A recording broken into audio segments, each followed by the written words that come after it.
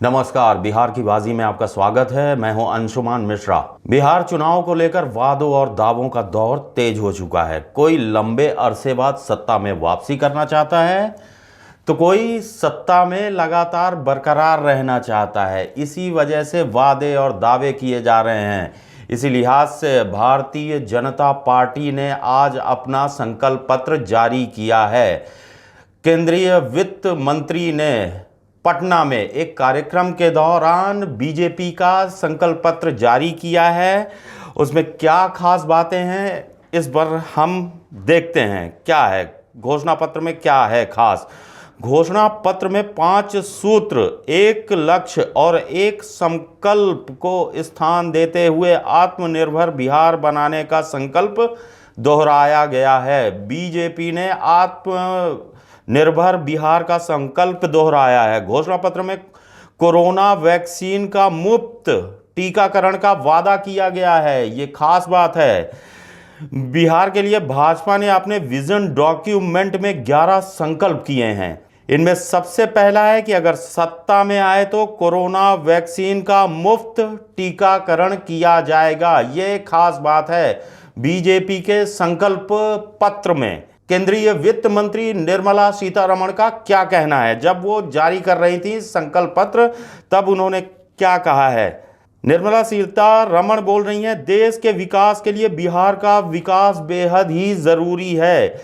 इसके लिए राष्ट्रीय जनतांत्रिक गठबंधन को इस चुनाव में जिताना जरूरी है। ऐसा बोल रही हैं निर्मला सीतारमण। जो घोषणा पत्र है, जो संकल्प पत्र है, उसमें क्या है और भी कुछ मैं ये भी आपको बताना चाहूँगा।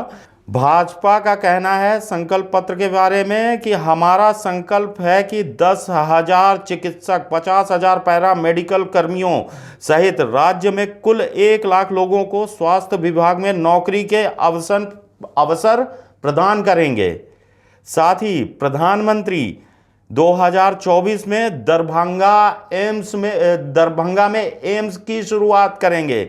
यह भी संकल्प पत्र में इस बात की भी चर्चा की गई है। इसके अलावा घोषणा पत्र में, बीजेपी के घोषणा पत्र में गांव शहर सबका विकास, आत्मनिर्भर बिहार बनाने का संकल्प लिया गया है।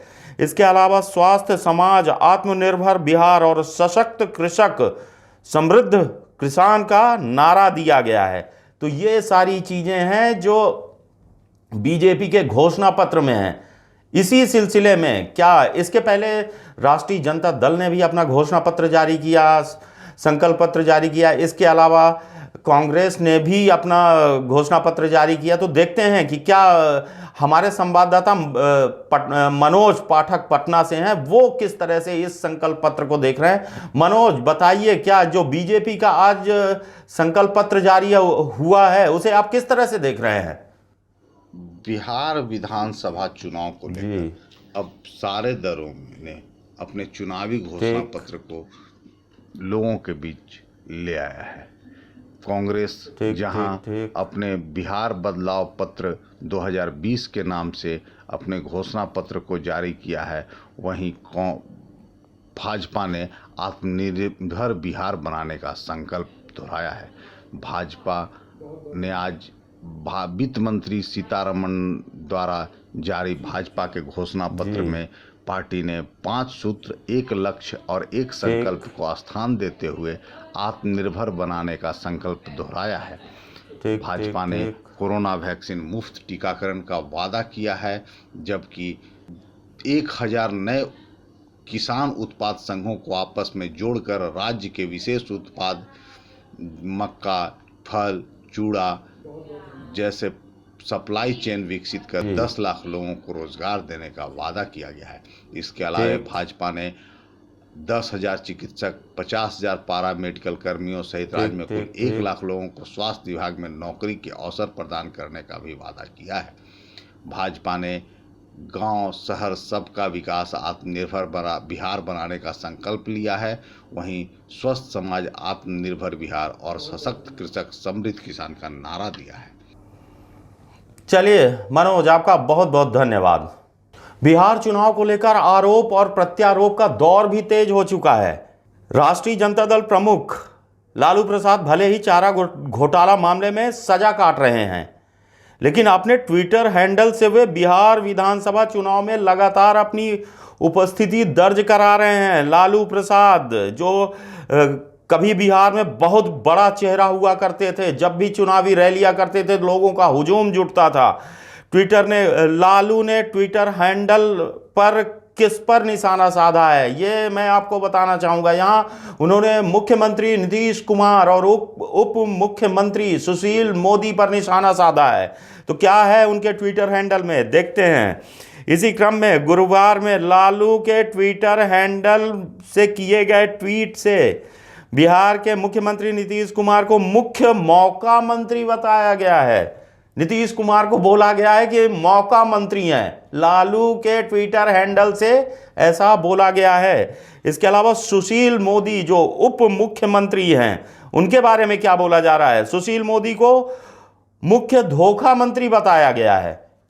ये लालू के ट्विटर हैंडल से जानकारियां दी गई हैं। लालू के ट्विटर हैंडल से एक कार्टून भी पोस्ट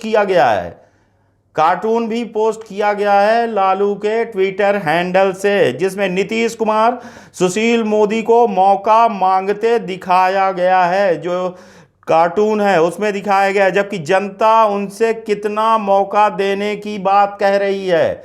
बिहार चुनाव को लेकर न्यूज़पेपर की सुर्खियों में क्या है, यह भी जानना जरूरी है। देखते हैं दैनिक जागरण की सुर्खियों में क्या है। दैनिक जागरण क्या कहता है? बिहार चुनाव में भाजपा के स्टार प्रचारकों की जेडीयू प्रत्याशियों के बीच जबरदस्त मांग है।